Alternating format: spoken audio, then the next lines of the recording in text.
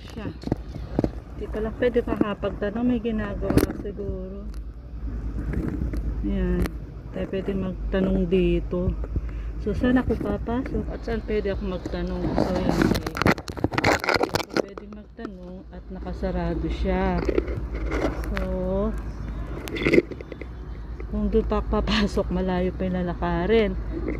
So ngayon wala tayong mapapagtanungan. So nakasarado na siya guys. So hanggang doon sa dulo. So yan. Wala.